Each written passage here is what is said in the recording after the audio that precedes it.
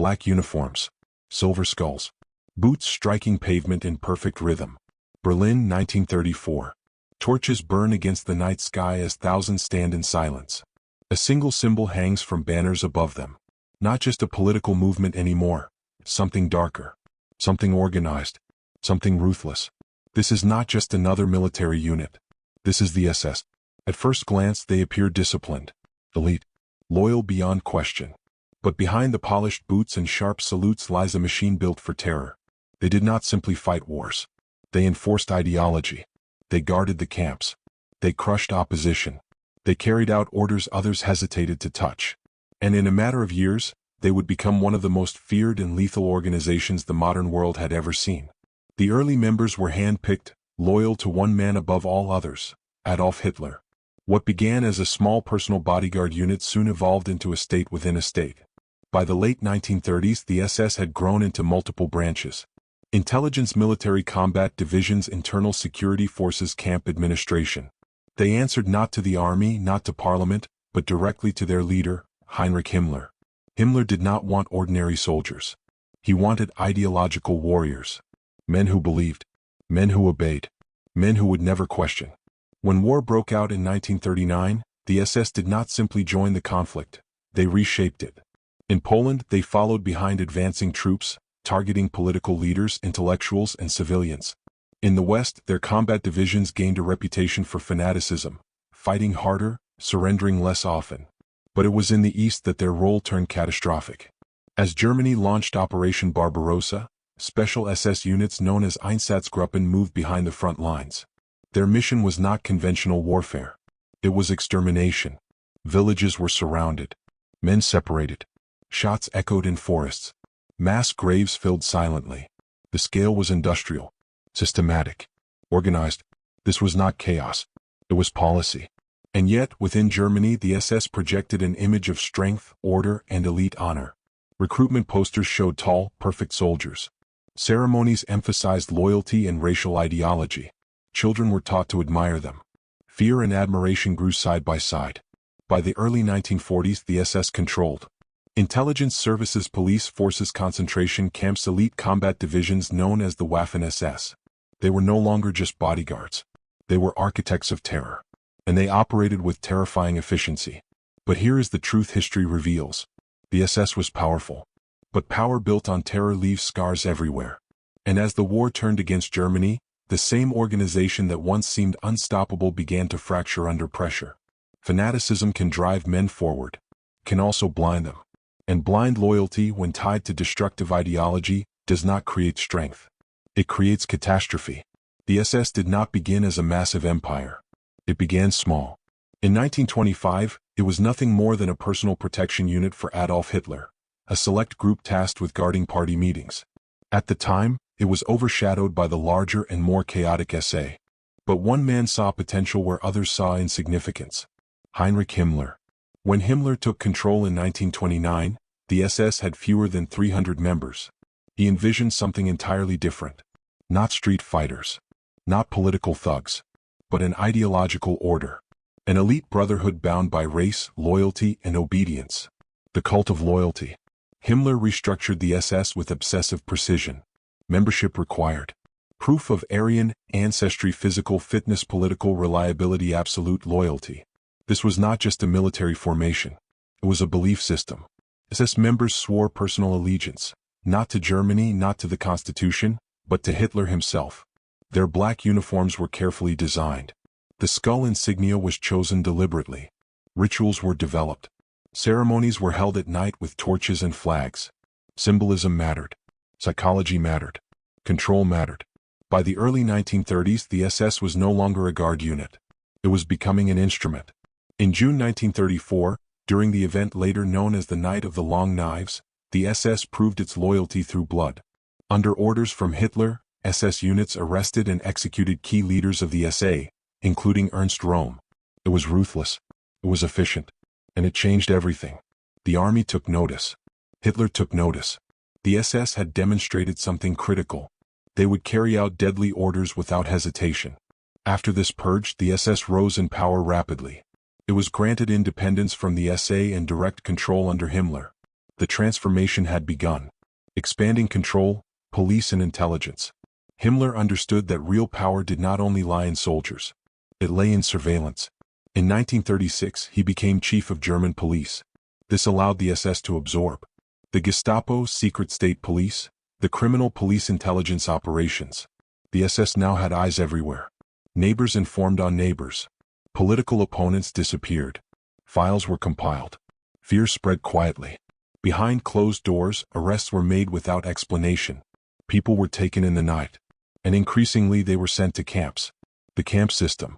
At first, concentration camps were small and used mainly for political prisoners. But under SS control they became something far larger. Administrators were trained.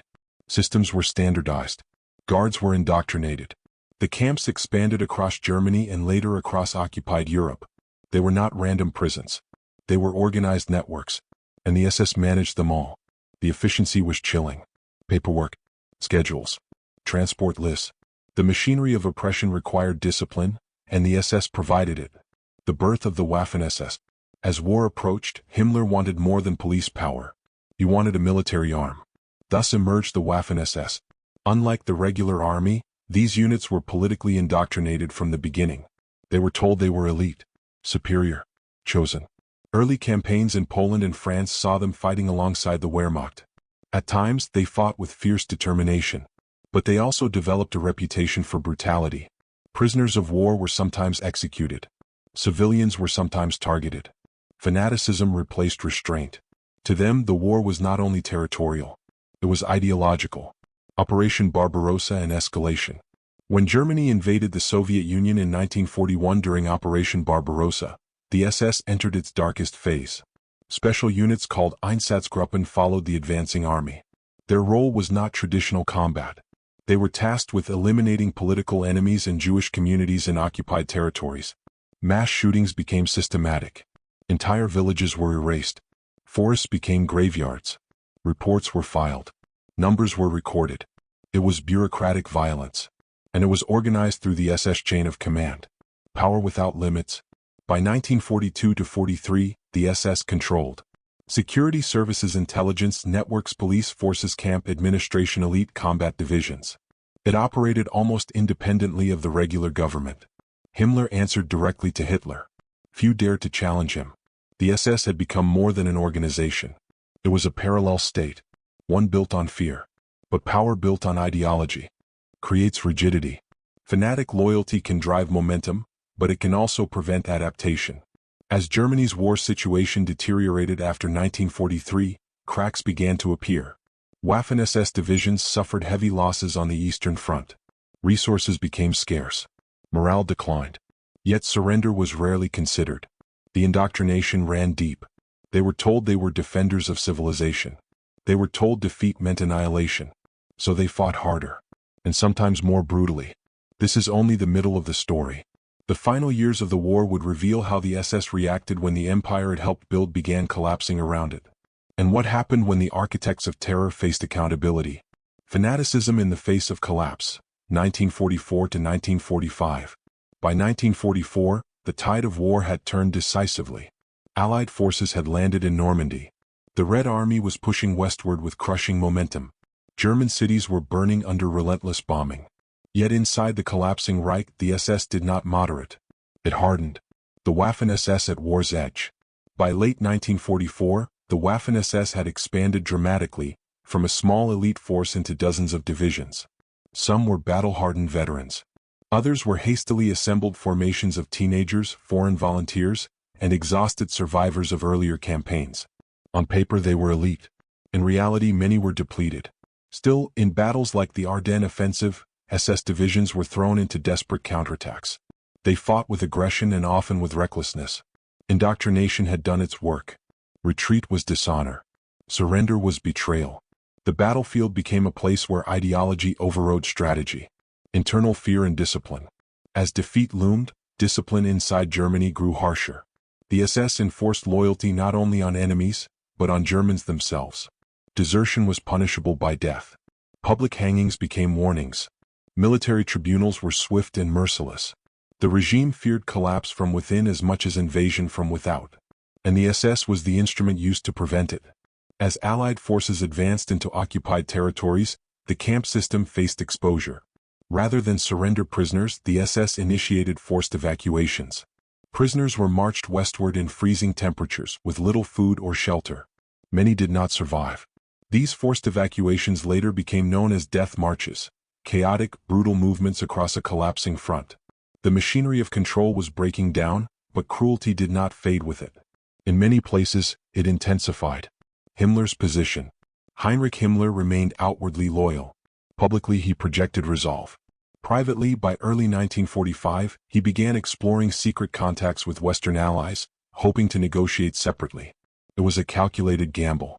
He understood the Reich was collapsing, but he hoped to preserve some fragment of influence. When Hitler learned of these attempts, it was seen as betrayal. In the final weeks of April 1945, trust between leader and loyal enforcer fractured completely. Berlin, the final days. As Soviet forces encircled Berlin, the last SS units defended the city alongside remnants of the army and civilian militia. Streets turned into rubble-lined corridors of gunfire. Teenage recruits stood beside veteran SS officers. The ideology that had once promised a 1,000-year empire was now defending shattered buildings. Inside his bunker, Adolf Hitler issued orders to divisions that no longer existed. Outside, reality closed in.